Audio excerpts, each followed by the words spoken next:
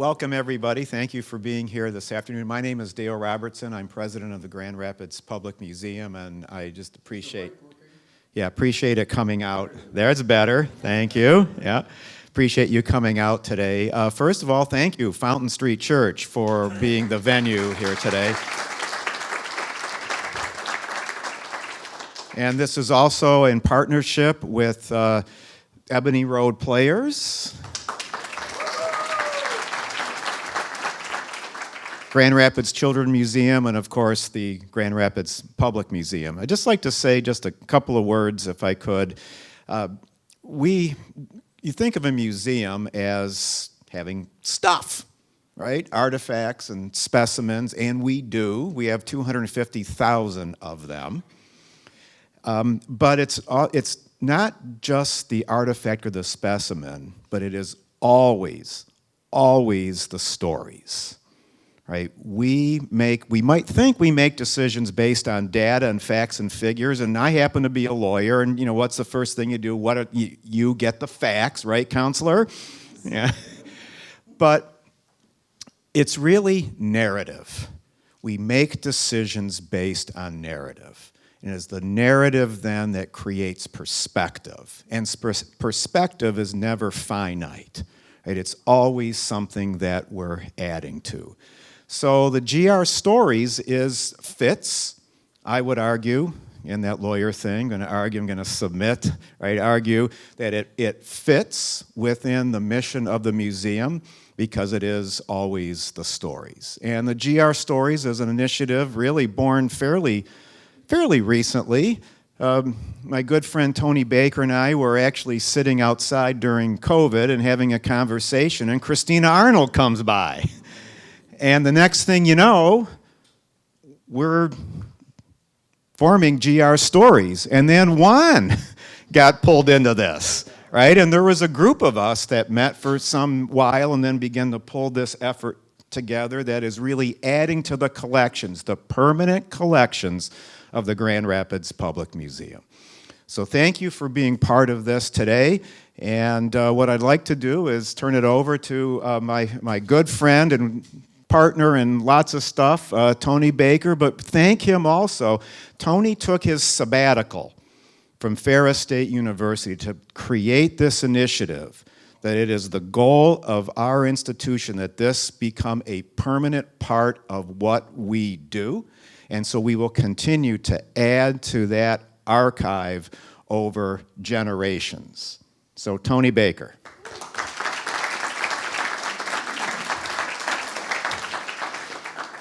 Thanks. So this particular GR story, and there's many GR stories, there's actually a GR story webpage on the Public Museum site, and this video and the artifacts that you saw out there will be on that.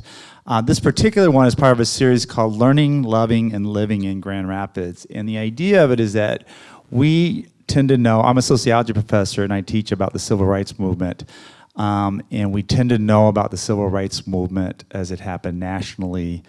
For those that know, and working with my students to know that, but we don't necessarily know what happened here in Grand Rapids, and everything that happened in the civil rights movement also played out here, and lots of the conversation we have here. So in December, we had a conversation about Grand Rapids and busing. In August, we're going to focus on housing segregation and Grand Rapids' responses to it. This one is loving, and this was really, actually this whole series was really inspired by Ebony Road Players last summer when Dale had talked to me about doing something around the 14th Amendment. Edye had a play at the museum, and I began thinking about this from the perspective as a sociology professor. The first thing that I teach my students is the uniqueness of humans and how really pitiful humans are as creatures. We can't survive without other humans. And so the first lecture ends with basically convincing my students that in order to be human is to have love. And that is a fundamental nature. Then take that perspective to, if you go out there and you see one side of the panel talks about the origins of Loving versus Virginia, and Edye's efforts over the last several years to educate the community about the importance of this. the idea that love was then limited, and that not only limited love, it wasn't just the civil rights movement, it was deciding who was worthy of being human. With that in our mind, we ended up creating this conversation for the year. And I'll just say this real quick. I will benefit more than anyone from this project because I have gotten a chance to get to know people. Juan and I had a conversation at Sarah and Arick's coffee shop back in the fall, and to some extent that inspired a lot of what is going to happen today. So I'm going to stop. I'm going to hand it over to my friend, our chaplain for the day, Margie Derks Peterson, and it's been fantastic to have this, and so sit back and enjoy these stories, and please kind of capture the essence of that humanity of it.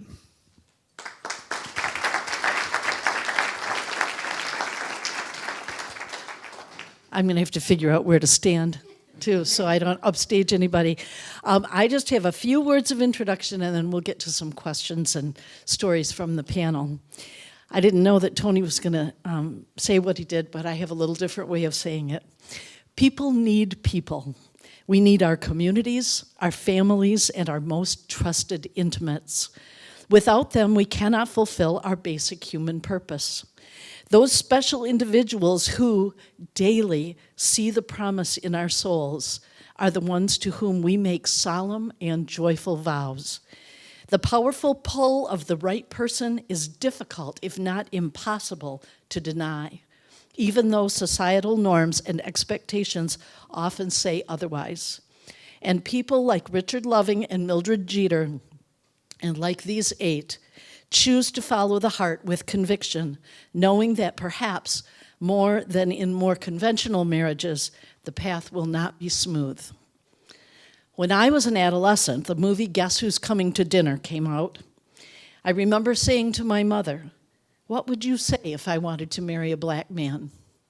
And she replied that she expected we would know what we were getting into, and she would support us. So I ask you, what kinds of difficulties have you faced?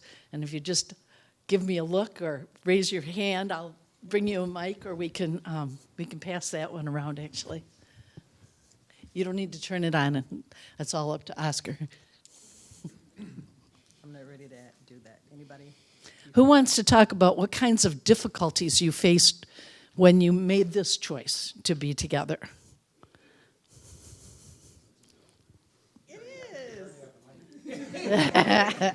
I know I was trying to get it away. And this is my husband, Mike, so he may have a different, I don't know, you may have something different to say about it. We really didn't have a lot of problems because we were musicians and we were in a band and we just all became friends. And so we were young, so we never really thought that much about it. We did have, well, my dad wouldn't have liked anybody I married, so that was that was not, a thing. But I do know his mom was real concerned because I think there's that age group. There was definitely they didn't know what to do, and how am I going to, you have kids, how am I supposed to present the kids? Just simple questions, but big in their minds. So I'm thinking that the both of us really, unless you can think of problems we had.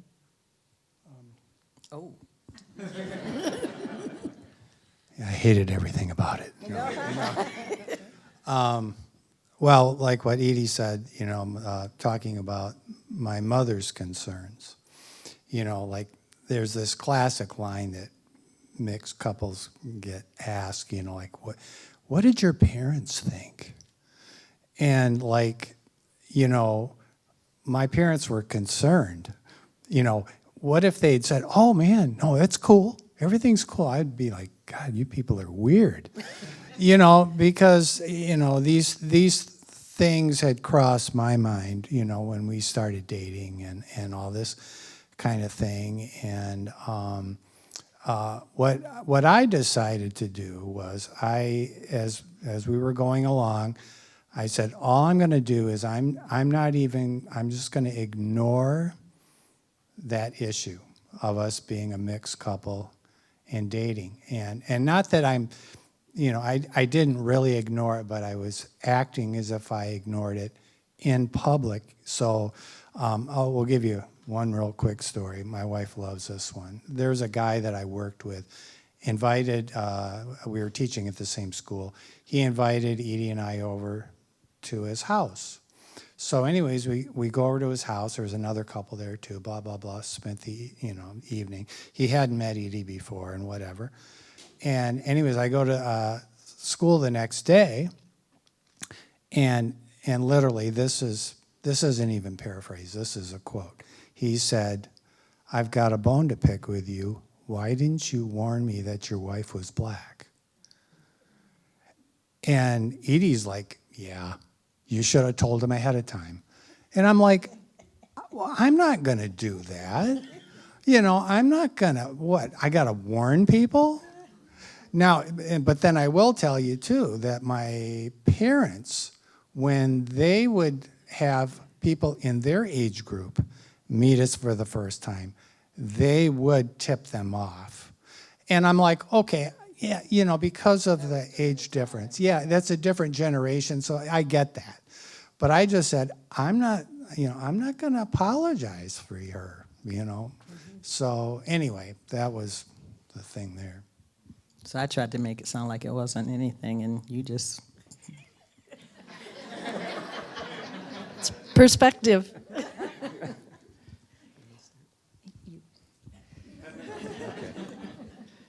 So we had issues from the very beginning. Guess Who's Coming to Dinner was real interesting, because I did go to dinner to Mary's house. We had met at Aquinas, but Mary came from the Chicago area. My parents and I grew up in Gary, Indiana at that time. And so we both lived over there. And so I did go to her house for dinner. And, I don't think it was as bad as it got, at that point. It got worse. I think when when Mary's parents knew that we were going to definitely get married, without asking their permission, they took a turn, and I think a harsher turn. And I'll let Mary talk about that. But it was difficult with her parents and her community. So let me just say a few things about my community. My parents were fine with it. My parents were very, very welcoming, and they loved Mary from the very beginning. They really hoped that we would get married. But it got rough for them too as time went on, and we got more serious because of her family, who would call my parents. So, and not in a nice way either. So also culturally, I think what I realized very early on is the criticism from other Latinos for marrying outside of the circle, outside of your own culture. And so that was hard, especially in professional life, when we would go to things together and know that we were, and I was, criticized for marrying a white woman and not a Mexican woman. So that has endured. Times are different, though. I mean, we got married in 1971. So those were different times. Like when we went to Texas, where I was born and all my family was, except for my parents, we would go downtown, and this is in South Texas, and we lived in a community where there was literally a main street and a railroad track. And on one side were all the white people, and on the other side were all the Mexican Americans. And so when Mary after we got married, right after we got married, we went to Texas for her to meet my relatives, including my grandmother. One grandmother was alive. and she couldn't speak English. So that was the situation in our community, where it was very tight-knit. And so we would go downtown, and I was very aware of how people looked at us, especially white people, because in that community, you did not marry across lines. It was taboo, it was unheard of. I mean, Mary would have been considered a cantinera, which means a woman of the bar, and and so it just didn't happen. So I picked up a lot of bad vibes from that.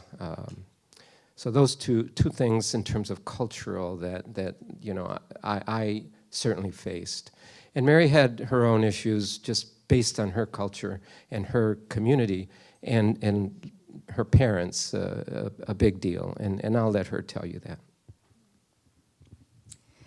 This is kind of different for me since I'm not used to public speaking. So anyways, hope I get through this. Anyways, my parents, I should say, are immigrants, both from the Ukraine. So being in America was, you know, a whole new world for them. And English wasn't my first language. I spoke Ukrainian first. So I really never saw myself as a white girl, even though I certainly look like a white girl, but being Ukrainian and I didn't learn the language until I was probably starting about 8 or 9 years old. So,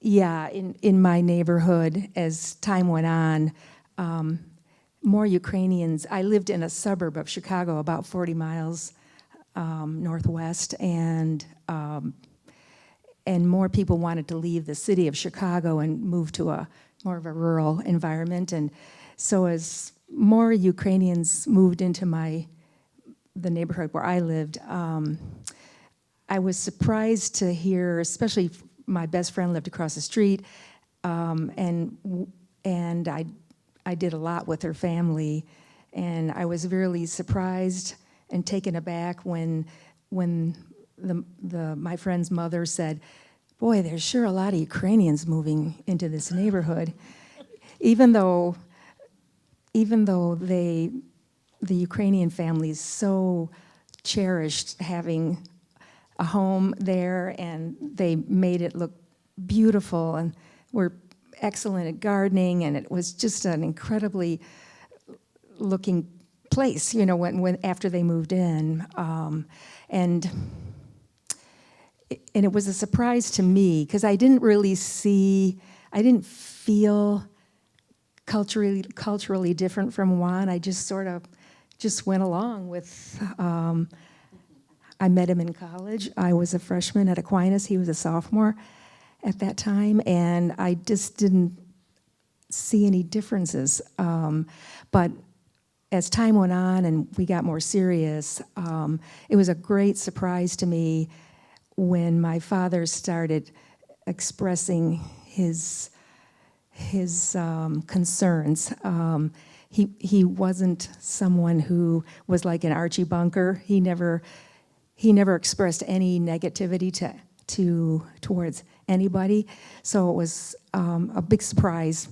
And like Juan said, as time went on, he really made things difficult. And probably once I returned home for Christmas from Aquinas, I was in the middle of my junior year, and then he said I wasn't going to be allowed to return. There was no discussion. He was just taking me out of college. The plan was that the distance between us would cause the relationship to just dwindle away.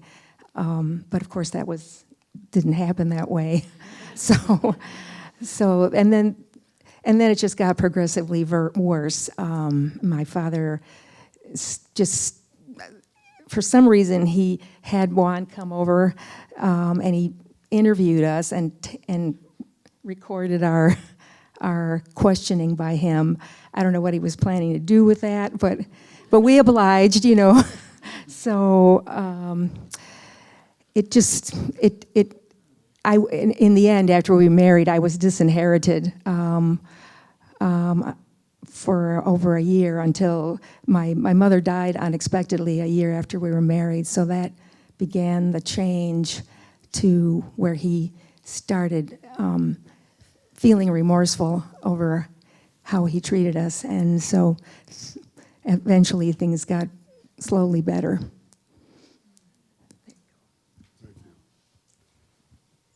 Hi, I'm Carl Kelly, and this is my wife, Ruth Kelly. Many of you know Ruth. We call her Citizen Ruth. But my orientation to race was entirely different than either of the stories. I grew up in a small town, southwest Michigan, called Cassopolis. And in Cassopolis, integration and whites and blacks coming together was sort of a historical norm. Cassopolis was one of the extensions of the Underground Railroad, and many black people, even before slavery was ended and after slavery was ended, came to Cassopolis because of the Quaker influence and their ability to help runaway slaves and expats from the South to find jobs and to start farms, and it was just a welcoming place. So in the 1950s, when we moved to Cassopolis, that environment was already there. It's, I see my friend Chuck and Noreen back there, was similar to Baldwin, where the races come together almost as a natural event. And prior to that, living in Mississippi, we came up when I was 7 years old, but I already had an experience with integrated marriages because my grandfather was an Irishman. And he and my grandmother, Mag Smith, lived together and raised 3 children together in Jim Crow, Mississippi, in the teens. So you can imagine how rough that was. So we never had this anti-white attitude in the Kelly family because of our integrated situation from the very beginning. When Ruth and I met, she was interested in community organizing, I was interested in community organizing, and that was what sort of brought us together, working for the community together. So from my perspective, and living in Grand Rapids, I've had absolutely no negative reaction to the fact that we are married. I'm sure a lot of people have secret attitudes about the whole integration of marriages, but they're not coming up and say, you two should not be married. You know, God made white people over here and black people over here, and they should always stay separate, which is pretty much a Southern attitude in the Jim Crow South. So, but it's entirely different in Grand Rapids, and I appreciate my neighbors in Grand Rapids. So I was very fortunate to have parents who, I think because they went through the Depression and then FDR's programs, which they appreciated, pulling people out of the Depression, it did cause my father to have to move out east when he was young because he was one of 14 kids, farming family, and they just couldn't take care of each other during the Depression. So he went out east and he had experiences meeting other people in the New York area and working on the railroad, and he witnessed a lot of the prejudice and the back and forth comments and calling. I remember him telling us that the railroad workers would call women quails, and he thought that was terrible. I'd never heard of that one, but during the civil rights era, I was a teenager, and I do remember we had a lot of discussions around the table about that. My parents routine was after dinner, they'd read the Bible, pray, and we'd watch the nightly news together, which was a whole different thing back then. It wasn't cable news. And then there would be discussions. And they were always upset about the racial divide. And my father served on the consistory at church, and he would come home so frustrated about the attitudes of people about what was going on with these race riots and so on. So I grew up in an atmosphere where I never had anybody say in our family anything negative about another person's nationality or race, or, you know, they had a little work to do on the gender area. When I tried to get a motorcycle like my brothers had, and they said, no, you're a girl. And but they finally came around. So I was very fortunate, and that led into having really no problems at all in the family when Carl and I came together. So again, I don't know what people might have said or thought, but we did not have to face that. We sometimes would have to think about if we traveled, for example, particularly traveling to Florida in the South. We had to stay in Macon, Georgia one night, and we were just thinking, we hope we're safe. I put the bolt on in the hotel door, all that kind of thing, because you never know. But we've been very fortunate in Grand Rapids to be very much accepted. And how about your father's attitude about how to manage the race problem? Oh, yeah, he said, we just have to have more people get married that in different races and have children, and everybody's going to love those babies. Thank you. I'm interested to hear what you have to say, but I think we were really lucky not to have a ton of difficulty. I know my parents in particular were really excited to diversify the bloodline. So I think that in general it was very supported. One thing that I feel, or especially at the time felt very aware of, is that by the time we were seeing each other really seriously, and you were involved in a lot of like family get-togethers, it was right around the time George Floyd was murdered, and I think that at the time I was really worried because it felt like every time you came over, everybody had questions for you. And I think there was a little bit of a lack of awareness that maybe that was not like a fun, lighthearted thing to just literally be talking about the whole time that you were over. So that comes to mind as something that was sort of challenging. I don't know if you've got more or different things that you would add. Yeah, I completely agree with everything you said. I think, all I would add is that I think we were very fortunate, from some of the experiences that we heard being recently married. Our 1-year anniversary is actually in about a week. So I feel like, we definitely have had a very fortunate experience overall. I think that when I do think about some of the difficulties that we had, some of it did come from well-intentioned people like Sarah was describing with her family that just, had questions or had discomfort or, wanted to ask about things that were, really none of their business. And that came from, I think, both sides of our family. Sarah made a joke about diversifying the bloodline. Her family is 100% Dutch. I don't know how they did that this long.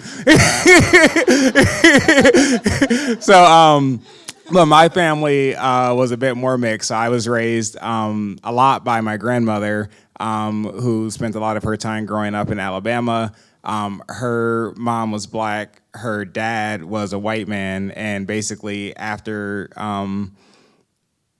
my great-grandmother became pregnant with my grandmother, he just completely disappeared. So my grandmother growing up in Alabama, having this white father who wanted nothing to do with her, and now, raising my mother and raising me, I think there was definitely some of what Juan talked about the, why aren't you sticking to our race and all of this sort of, just not understanding that we were putting our love first and not necessarily trying to fit other people's description of what we should be doing. But overall, I feel like we've had a great experience. And being here in Grand Rapids, there's obviously microaggressions keep coming to mind for me. It's a smooth road, but there's definitely bumps in it. So what I'm getting from all of these wonderful stories is that Grand Rapids is not too bad of a place to be in a mixed relationship. And that makes my heart feel really good. I'm not sure that everybody would tell the same story, but I'm really glad that these are your stories. Children. Have any of your children had any issues in their environments being mixed race? Any stories about that? Well, I actually have one of my children here today, and one of my granddaughters back there, and a great-granddaughter back there. So we're well represented. My daughter Kaylin, she would sometimes have issues with the fact that she was half white and half black in certain segregated situations where the black kids were maybe a little standoffish because she's not white, and the white kids are a little standoffish because she's not white. So she had to find her way. You know, it's natural. I mean, when you grow up different from everyone else, you have to find your way in order to fit in and feel comfortable with your environment. So. Well, another thing I think that's going on even now is that there's a lot of emphasis, and I think it's online, the social media impacts it, is there's a lot of going on around identity politics now, and it's exacerbated because of the divisions in our country. So I think our kids continue and grandkids continue to have to deal with it. It's the other thing in our situation, we're not having problems with, you know, people being upset with us being married, but when you enter a conversation with our black family, for example, there's a lot of talk about race. I mean, we're either joking about it or saying, what are the white people going to do to us? Or, you know, when Obama's running, just a lot of commentary that I never heard growing up in my white family. There was no concern about our race as white people. But there's a lot of conversation, which is certainly coming out of some degree of anxiety about what people are facing and what we're seeing in the news and what we're afraid of next year.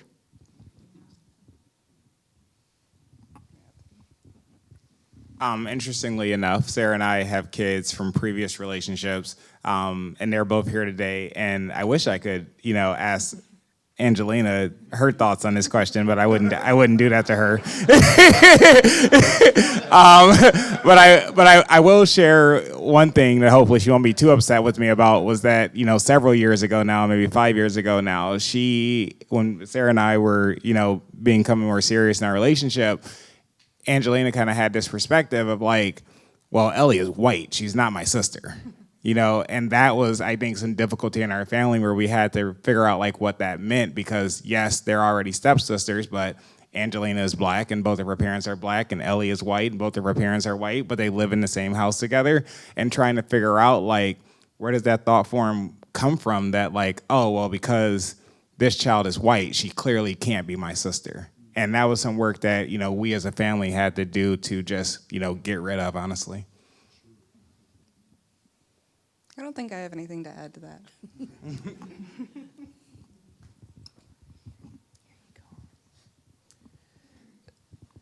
Yeah, it'd be interesting to ask the kids. Yeah, that's next year's panel. But just a couple of anecdotes. I remember our oldest son, and our kids look very different. Our oldest looks very Mexican, and our younger one looks very Ukrainian. And so our oldest son, when he was about 5, perhaps 6, Miranda interviewed some children, and he was one of them. And at that age, and she was going around asking them about their background, you know, where they come from and so forth. And so our son said that he was Mexicranican. He made up his own category, and he figured it out pretty early, I guess. But I I don't know that they had a lot of issues. They certainly grew up bicultural.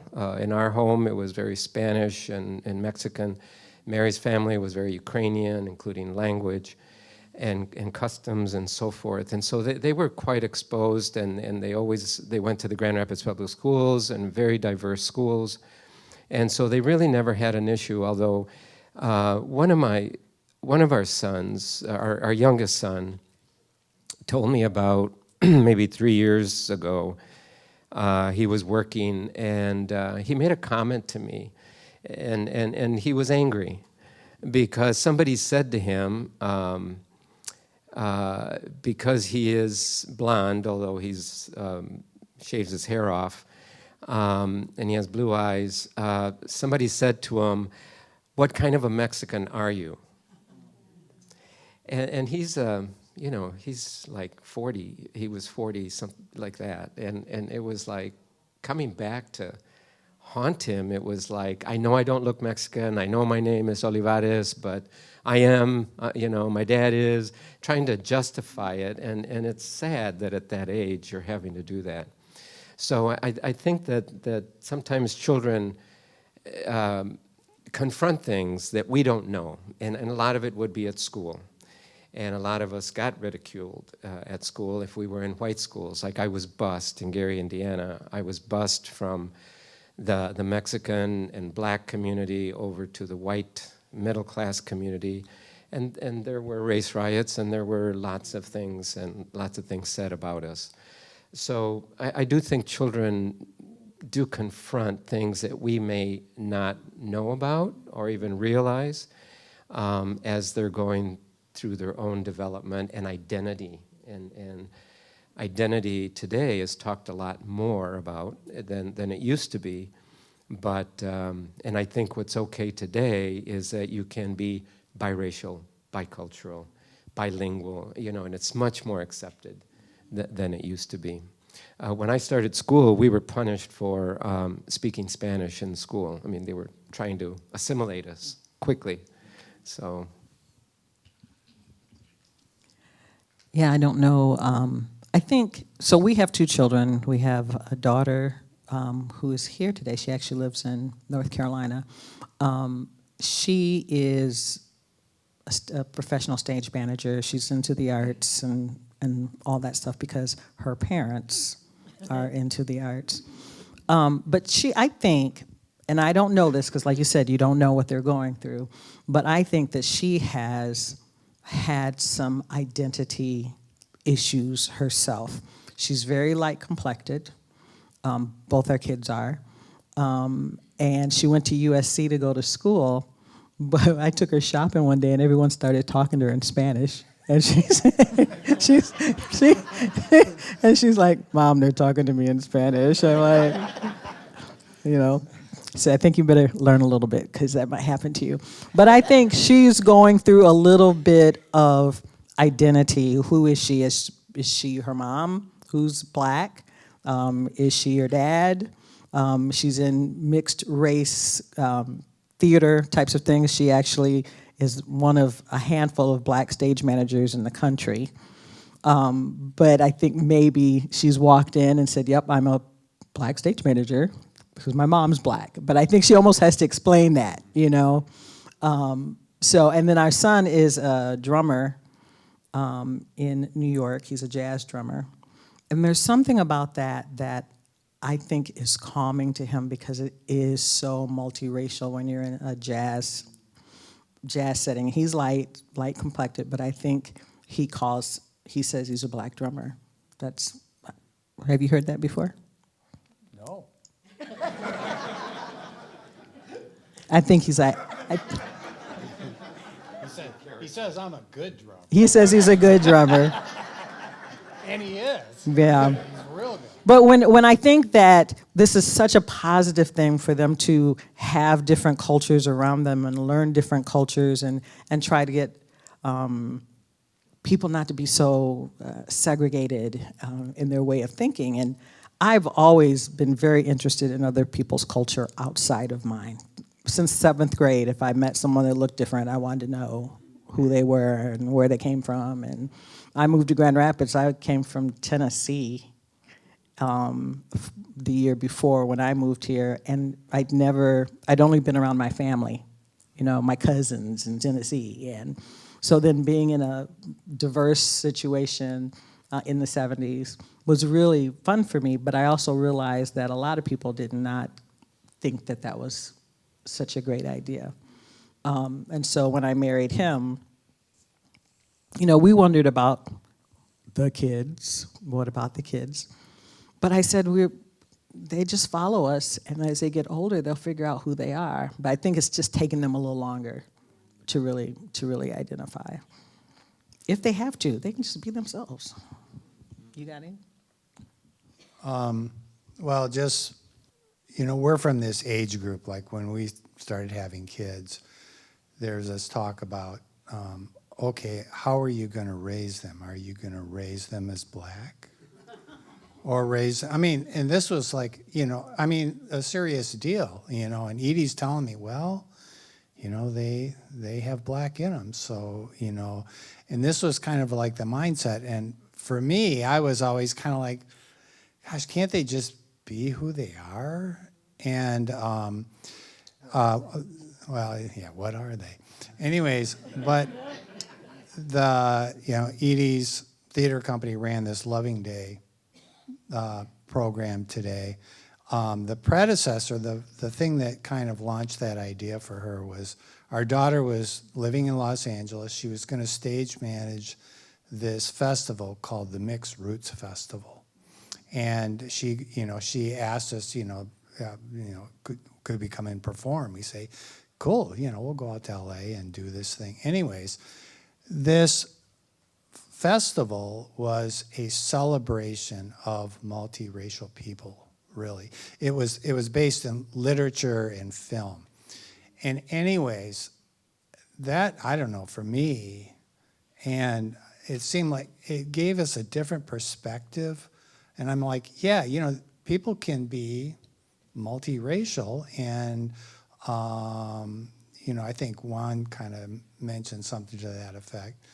And it was like, for me, I'm like, yeah, see, this is kind of the way I've always felt about it. Because they don't have to, it seemed like there's that binary thing that people want. You got to be either white or black, or you got to be religious or not, or da-da-da-da. And, no, in this case, our kids are beautiful. So I don't know, and very talented, and they're geniuses, and that's all I have to say. And they're black.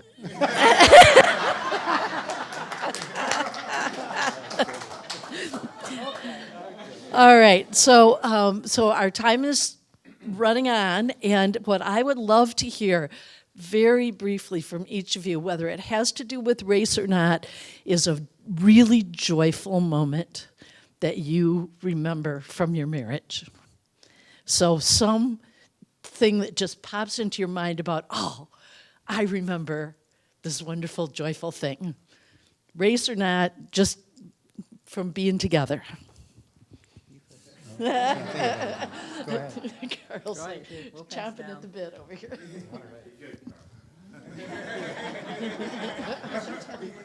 No. Well, when you mentioned that, this thing came instantly to mind. And our daughter Kaylin was born at home, and I watched the birth and held Ruth's hand. And that was the most wonderful situation I've ever been in.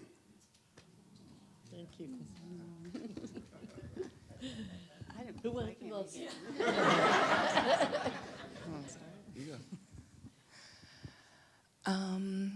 Wow, it's kind of high pressure to think of a singular moment. I want to say when you proposed, but I didn't believe that you were proposing for like 5 minutes. So it's kind of like a salty. I did. I thought it was a joke. Seemed like a joke. I don't know. Yeah, I mean, I think of, we had a moment in the kitchen after we got married where I just like remember thinking how cool it was that we had finally landed in that spot, and to me it's joyous, although I guess saying it out loud I'm realizing it was sort of a private moment. You were there, but I was really feeling it, and I think that's just sort of what's coming to mind at the moment. Yeah, it's also hard to be on the spot. This one's weird for me, but it'll just be the first one that came to mind, and it's probably because Alita Kelly is directly in front of my face. But Sarah and I have a business together, and we were like just still trying to like figure it out. And I remember I was trying to get Alita Kelly on the phone because she was doing Southeast Market at the time, and we were trying to like get our coffee into places. And I was just like telling her the story about how like me and my wife like started this thing, and like we were a Black and woman-owned business, and like we were just trying to like get our coffee out there, and she was just like, oh, that's absolutely something I have to support. And the reason that to me like stood out as this joyous moment is because it was at our house, it was something that we built together, and somebody else was like, that's a beautiful thing, and like I want to support it. So Well, yeah. So for me, I think it was, the thing that came to mind for me was, and there were many of them, but the Kelly family reunions, because they're huge. There's Kelly Buffkins. There's so much talent. They're coming from all over. People stay up all night and they're dancing and singing, and it's just the most diverse. I mean, it's international, and it's, you know, it's Mexican, it's Black, it's white, and both of our families have a lot of mixed marriages. So it's just Asian, yeah. So the Kelly family reunions. For me, I guess a recent one, I had a total knee replacement a few months ago, and I just was so blessed that Juan was such a wonderful nurse for me. He had to put up with a lot because it was a lot harder than I expected. And I'm sure there were moments where I wasn't very pleasant. Anyways, he was, I thought to myself, oh, how grateful I am to have such a wonderful husband, caring husband, loving husband who endured and helped me get through some pretty rough days. Thank you. Well, after 53 years, there have been many things that I could point out, but what came to mind as soon as you asked the question was probably the birth of both of our sons, that moment in time. And I too watched the deliveries, and I mean, it was the biggest moment of bonding with Mary. I think that we created this creature, and part of both of us, and I think that was overwhelming at both births, and so I think that is the epitome, I think, of a loving couple and bringing somebody into life and becoming their own, whatever that is. Yeah, ours is going to be 45 years in June 24th. 17th, 24th, we have all kinds of stuff going on in June. There's so many things that come to mind, and I know the kids, having the kids is a big one. But for me, when I say, oh my gosh, I did this was the right person for me, this is who's been by my side, no matter how crazy I've been. And the same thing for illness. I've had a few illnesses, and he has been there to pick me up. And that's when you know you've got a relationship that is, we know each other really well. So I think that's probably the best. I was having a really hard time thinking of one thing as well. Lately, I've been kind of like going back in my memory about just different things. Like, for instance, I talked to Edye about this. I was remembering our first kiss. So this was before we were married, obviously, and she doesn't remember it at all. You know, I have to remind her, you know, about, you know, I said, I think you gave me that look. And then that was it. And the minute we were in my parents' basement, and of course a furnace repairman came downstairs. Like right about that time, I'm like, what in the world is going on?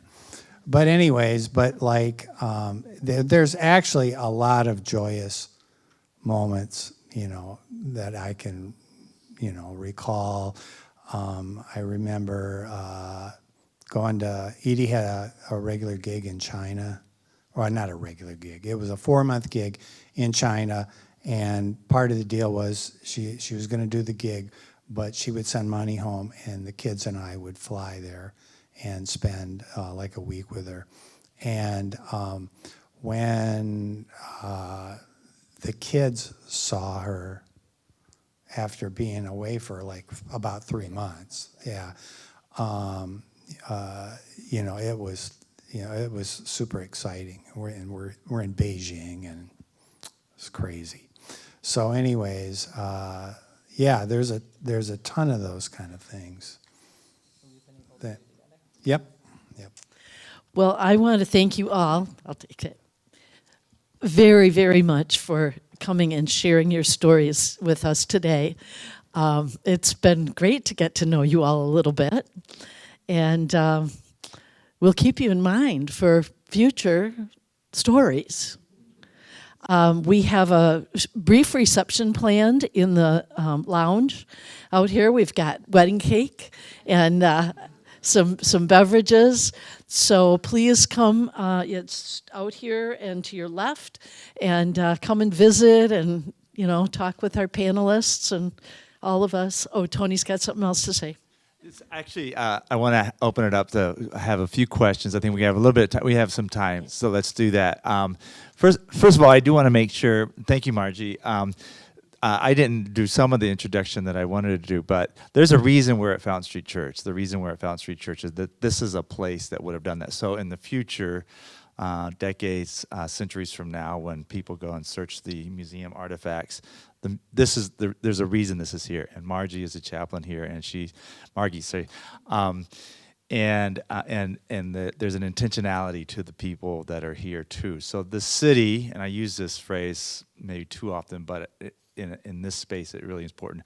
The city would be a much different place were it not for the things that these couples have accomplished. And so, I'll just start with Sarah and Arick, who have only been married not even a year yet, but they have created a beautiful place on Hall Street where lots of other people imagine other beautiful things to create, and it wouldn't happen without the partnership of this couple. And just one more story. This is, if you guys haven't seen the wall that's outside as you go into the reception, there's this beautiful wall that tells a story of the decades and months from the time people got married to today. And the picture, and I use this phrase, I hope Juan doesn't mind so much, but I look at this picture of Juan and Mary when they first got married in 1971, and I imagine to myself, what father doesn't want their child to bring Juan home, right? So it's pretty remarkable, but that does gets at that. So I wouldn't mind if you guys talk about your partnership and what it's offered, and then I want other people to be able to say to ask questions too. Sorry about that. Okay. That's all right. Questions? Yeah, go ahead. Margie. We'll let them answer that first. Mike. You were just asking about like what are your partnership and what it's contributing to the city. Yeah, I have a friend. I won't share his name right now, but basically what he said was, if there's something that you want to see in Grand Rapids and it's not here, you have to create it. And I think that's like true, throughout the world as a whole. And Sarah and I looked around and we didn't see a place where we were fully comfortable, and we created that. Well, there's no question that the support that Carl gave me to be on the city commission mattered a great deal. For one thing, he's a great cook, and I was so busy. but he was really supportive, and part of the time he was retired, so he enjoyed not having me around, and I didn't mind, and I didn't feel guilty about being really, really tied up. So it was huge, and I think the fact that we are a mixed couple in a city that doesn't have a ton of them. I mean, I do feel a great joy, for example, going to a big city like Chicago or New York, where this is really common. That's a wonderful feeling. But he opened doors for me. I think I opened doors for him, and hopefully that helped other people come into those rooms.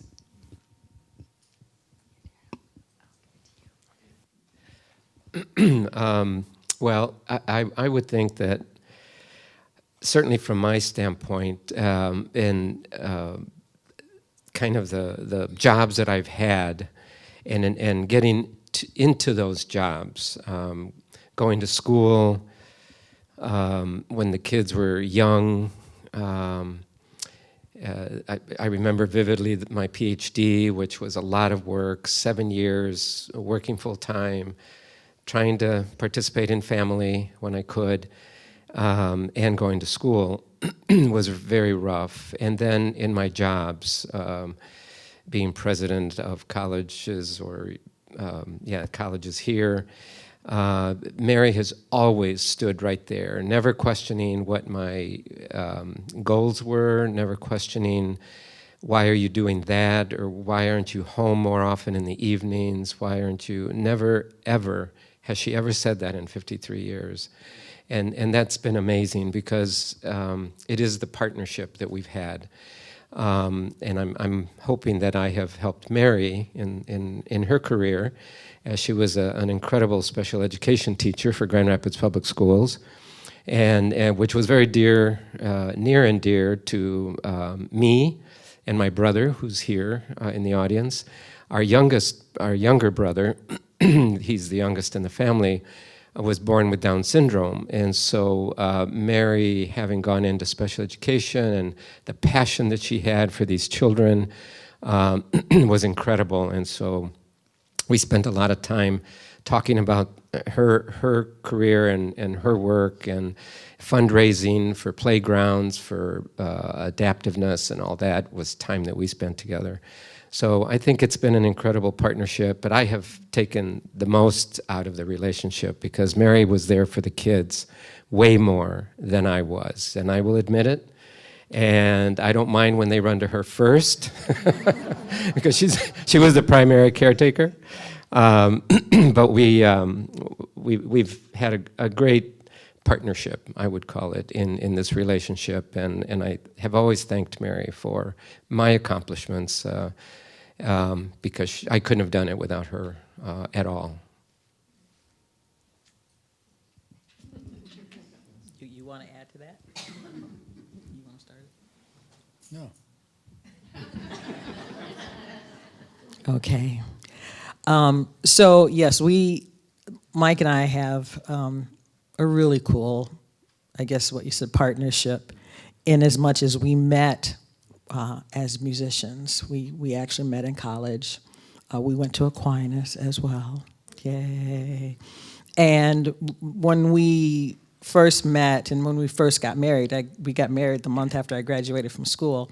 Our goal was we were going to be in a rock band, and we were just going to travel the world.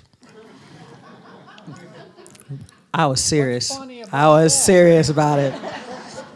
And ended up that didn't happen, and I ended up teaching a little bit. I think one of the biggest things about us is we give each other time to figure out where we want to be and what we want to be doing, and supporting each other.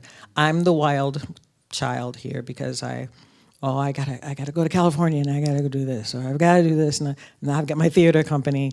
And he's like, why do you keep doing stuff? I see it in your eyes. Anyway, he's been always very, very, very supportive of whatever I want to do, and hopefully I've been that with him. He has not a lot of needs, but what's really interesting is when I would need, I went to China and I went to LA for a little while. He just took care of the kids. I mean, the kids were you go, I'll keep everything together here. And you don't find that very much. You really, really don't. So I think that's our story. None? No, it's okay. Actually, why don't you keep that one up here, and I'll take this Okay. one out in the audience. Okay. I have to say, as a fellow musician, that your partnership to me in this community is about music. Yeah. Okay. You had a question. Absolutely. So I appreciate all of your stories. I'm curious, and this was alluded to a tiny bit by some of your responses, but I'm curious as you think about identity. It is talked about way more now than it was as I was growing up. I mean, I'm old, so when I grew up, we didn't talk about those things. But I think largely, and I say this as a white woman, not speaking for all of white people, but when I grew up, we certainly never thought about whiteness as a race. That's a fairly new concept for many white people.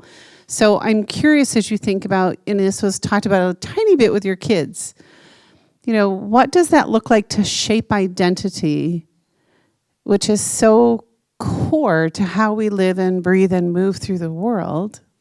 What does that look like to shape identity when you have this multicultural aspect of your identity? So I'm just curious if anybody could speak to that a little bit. I can say what I feel about it is that when we first got married, and like I said, this is the 70s, it was, I mean, even when you applied for things, it was either black or white, and so when Nikki and Evan grew up, they did make changes in that. But when I got into the relationship, I felt like I needed to tell him what black experience was. Tell him what the kids needed to know. I remember I went down to get my daughter's Social Security number. She was really little. And you have to write down, your race or whatever. And he asked me, what'd you write down? I said, black. Why did you do that? Because she's white too. And so I think the whole identity thing really is about like an underrepresented group of people who really need to keep their history in this mixed child. And, I don't know if I feel so much like it now because there's so many ways you can be so many things depending on, but I just felt for me that I needed to have that be a really, really big part of them. I don't know if that's weird, but that's what I felt. You got anything? Thanks for the question, Tamala. Great question. Because identity and how we identify ourselves is really interesting and much more in the conversations than ever before. So just, I think with children, I remember being questioned, what do I check? Because Latinos are considered Caucasian in the race category. And that's very confusing to us when we don't identify as white. And just today, I was filling out a questionnaire for a board that I just joined. I haven't told you that.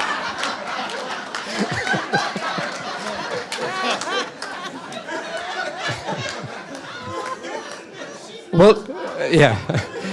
Well, we'll talk about it at home. So I'm filling out a questionnaire, and they have a national affiliation, and so they're required for board members to fill out these questionnaires. Well, there was a question on how do you identify, and I could say. No. It said, are you of Hispanic background? I could check that. And then it went to race. And I had a really hard time checking white because there's no other way. But they had a little box that said self-identify, something like that. So you could create your own. Like my son, Ukrainican, Mexicanican. So I just put in there, I don't identify as white. I am Latino equals brown. So, because they had a category of black, but brown isn't a race. So I get it all. You know, I've been around a long time. But it's very confusing to us and to our children and the generations. I think we need a real transformation in how we deal with identity. Well, within the Kelly family, we try to identify as universal people. And I think that's a good way to handle it. We accept everyone. We expect everyone to accept us for who we are. So, and I'm very proud of our black heritage. I'm also proud of our Irish heritage. And I'm proud of our American heritage. So we're universal people. I go back to, and I appreciate what you said, Edye, about the desire to be proud of being black, to be proud of who you are, even if you're mixed. But I do remember the kids saying sometimes about, somebody would say, well, what are you? And how difficult that is. And then now, that was a while back, but now we have so many people being identified. You're a Karen. And this whole thing, like you mentioned, about whiteness now, that is, I think, very deliberately designed to divide us. So I'm eager for some conversation or some way to figure out how to move forward beyond the divisiveness and have people feel great about being proud of who they are, which is often many things, and not allow people to take advantage of that in a negative way. Not sure how to do that, but I think it's worth the conversation.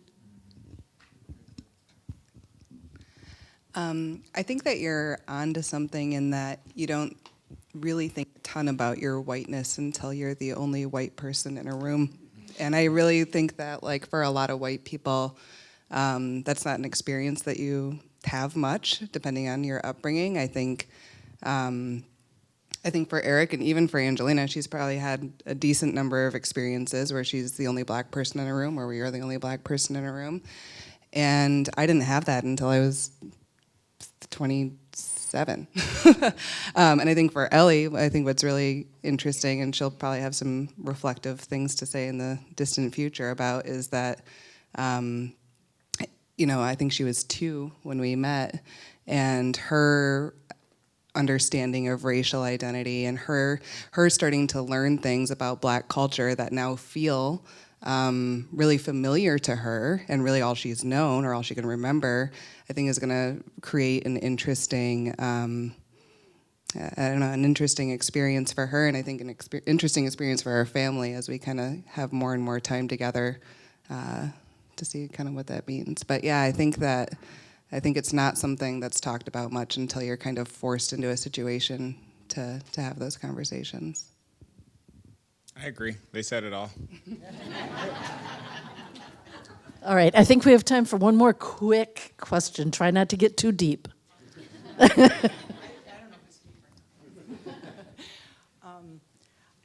Since there's more curiosity allowed about identity and such, I'm just curious. I hear sometimes that things are microaggressions, and I've noticed that the white people in the conversation are saying, "I'm just curious. I'm interested. I'm open," and yet on the other side, it's not as benign as that question seems to the person asking it. So I'm just curious whether people's curiosity is benign, you find it interesting, or does it feel like an ignorant, aggressive question?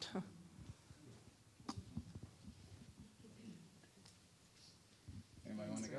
I mean, I think it's very nuanced. I think there's definitely effort that you have to put into it. I've been challenging a lot of people I'm having conversations with to like really think these things through. Like when you're having interactions with people, is like, yes, it is taxing to sit here and like, berate someone with questions about things because you're curious. So your curiosity does have a cost, energy is not created or destroyed, it's just transferred. So you're gaining something means I'm losing something. I mean, that's kind of just reality, and that doesn't always have to be a bad thing.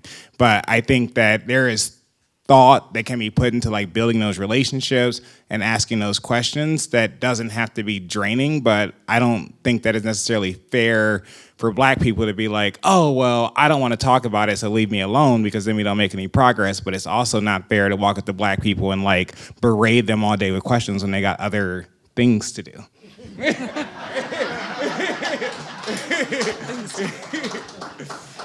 Yeah, I obviously don't have a ton to add to that, but I will say that was an awareness that I had, kind of, as I mentioned early in this, is that it felt well-meaning. It felt, like somebody just trying to learn something, but I think it lacked an awareness that there were sometimes you would be over for 4 hours and you had like every conversation you went to go have was sort of like, well, what do you think about this? Or could I be doing something better in my position of privilege? And you were like, probably. I don't know. I'll tell you what I told, your uncle. So I think like as well-intended as those are, there's just like there needs to be something that makes you go, oh, I wonder if this is like an exhausting conversation, or if maybe they just had it 5 minutes ago, or something to that effect. So I've had that same discomfort that you've described. And I think that what I often think is that as I'm watching it happen or having it happen around me is people just be quiet and listen. Just be there. Just be there. You'll learn if you continue to expose yourself to situations where you are around people who are different, and just be there and enjoy it. Like you, Edye, when you were talking about how you were curious enough to want to be exposed to all these. When I was a community organizer, that's when we met. One of my favorite things was going door to door, because I met people who'd moved up here from the South, who were all over. It was like I couldn't afford to take a vacation back there, but it was like going on vacations. Just listening. Well, personally, when folks come up to me, white people, and they ask me about what it's like to be Black or my experiences as a Black person, I assume that they are well-meaning. I don't take offense to that. We learn by asking questions, so that's cool. I might ask them what it's like to be white,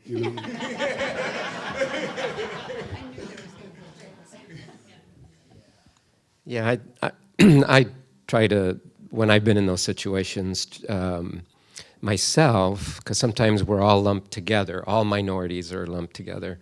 So, I've been confronted with that. But I try to see the positiveness of it and to try to look at it in terms of people mean well. I think what people don't understand is that it is exhausting, especially if you're asked about things all the time in terms of what's happening on the media, or who got shot, and what should they do, and whose fault, and the police, and there's been a time, and I think it was around George Floyd time, that I think many of us were really weary of talking about it, talking and getting questions and so forth.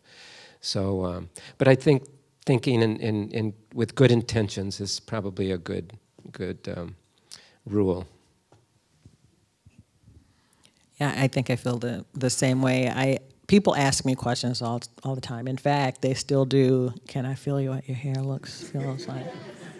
They still do that, and I say sure, but you have 2 seconds. But during George Floyd, I know I had a lot of questions. There were people that were doing book. What do you call them? They were online. They'd read a book about Black history and things like that. And I got a little tired during that time because people were calling me to get on and, tell your stories and things like that, which I don't mind this type of thing. But it was pretty constant that to the point I got to, and why don't you all know any of this? Why are we just talking about this now? And And I don't even know if those book clubs are still going on, but I haven't heard from them in a while. So, yeah. All right. Okay, let me. I just wanted to kind of share a little bit about just my observation here and really thanking the other people that are on this panel. I think I said earlier that like the road in Grand Rapids is like relatively smooth, but I have bumps in it. Like this situation that we're talking about, at least I'll speak for myself, where our relationship isn't being pulled down is like great, but there's other racial motivated things in our city that are still holding like a lot of people back. And I just want to challenge you all to ask, like, what else are we missing out on? Like, I learned about Loving Day through the work that Edye does. I interacted with Juan when I was at GRCC. Like, Carl ran a program that really changed my life when I was in high school. And like, I wouldn't be here if it wasn't for these people and these relationships and their supportive partners. So what else are we missing out on by holding on to some of these old tendencies that aren't serving us?